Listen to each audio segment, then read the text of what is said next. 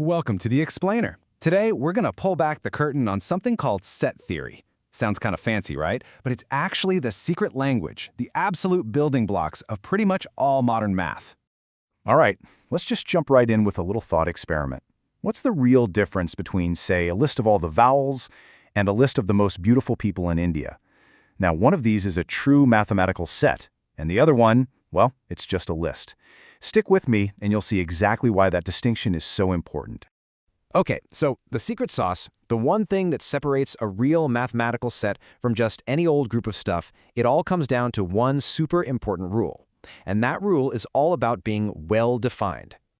So, let's break it down. At its core, a set is really just a collection of distinct things, right?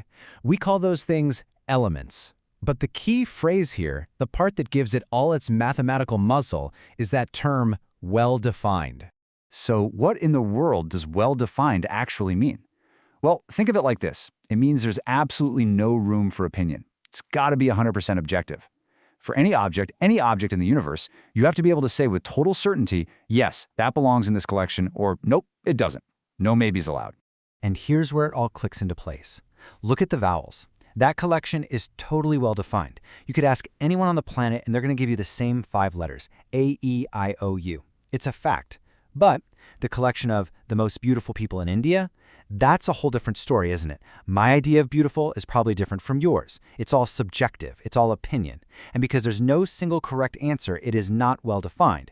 And that means, mathematically speaking, it's not a set. Okay, so we've got the concept down. We know it makes a set. But how do you actually, write one down on paper?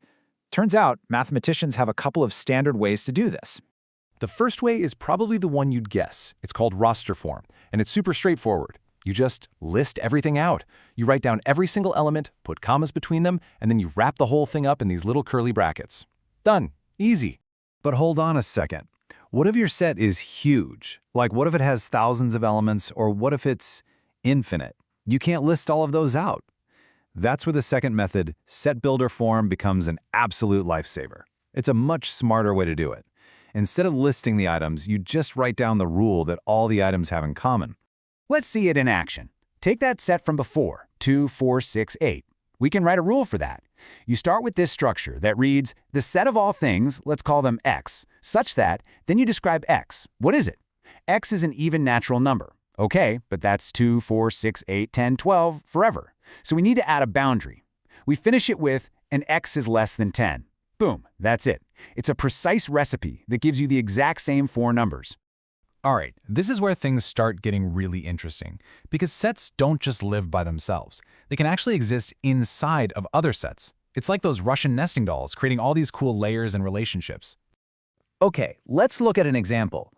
Here we have set B, and it's got the numbers 1, 2, 3, 4, and 5. Pretty simple. And now check out this other, smaller set, set A. It just has 2 numbers, 2 and 4. See what's going on here? Every single thing in set A, the 2 and the 4, is also hanging out inside set B. Whenever you have this situation, where one set is completely contained within another, we have a special term for it. We say that A is a subset of B. And that little symbol you see there, that's the shorthand for it. Okay, now here are 2 kind of weird but absolutely crucial rules you just have to remember. First, any set is always a subset of itself. That kind of makes sense, right? But the second one is a real mind-bender. There's something called the empty set. It's a set with literally nothing inside it. And this empty set is a subset of every set. It's like a universal ghost that can fit inside any collection, no matter what. So this whole subset idea opens up a really cool question. If a set can have lots of different subsets, what if we took all of those subsets and put them together into their own brand new giant set? Could we do that? A set of all the subsets? You bet we can, and we're going to build one right now. Let's keep it really simple to start. Let's take set A, which just has 2 little elements in it, the numbers 1 and 2. Okay, so here's our mission.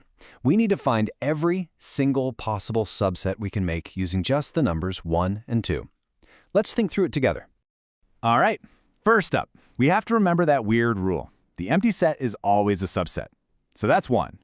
Next, we can make subsets with just 1 element. So we'll have a set with just 1, and another set with just 2. That's 2 more. And finally, we can make a subset using both elements, which gives us 1, 2, which is, of course, the original set itself. And that's all of them, 4 total subsets. And what's cool is there's a simple formula for this, so you don't have to guess. Think about it. For each element in the original set, like the number 1, you have 2 choices. It can either be in the subset or it can be out. Same for the number 2. So the total number of possibilities is always 2 raised to the power of how many elements you started with. In our case, 2 elements, so 2 squared is 4. Works every time. Okay, so this new collection we just made, the one that contains all 4 of those subsets, it gets its own special, very cool name. It's called the power set of A. And check this out. The power set is a set, right? It's got the curly brackets and everything. But look at what's inside it. The elements aren't just numbers. The elements are themselves other sets. We have officially created a set of sets. It's a little bit trippy, but that's what makes it so powerful. Okay. I know what you might be thinking. This is all neat for a math puzzle, but why should I actually care about this? What's the point of all these rules and collections in the real world? Well, it matters a ton. This isn't just some abstract game. Set theory is literally the foundation, the operating system that almost all modern math and logic runs on. And it goes way beyond that. It's absolutely crucial in computer science. Think about it. Every time you use a filter on a database, or search for files on your computer, or even how a social network figures out your mutual friends, you are using the logic of sets, whether you know it or not. So let's wrap this up with a final thought I want you to take with you. Look around at the collections in your own life, your contacts list, your favorite music playlist, your grocery list.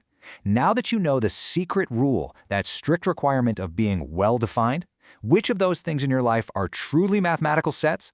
Give it some thought. The answer isn't always as obvious as you might think.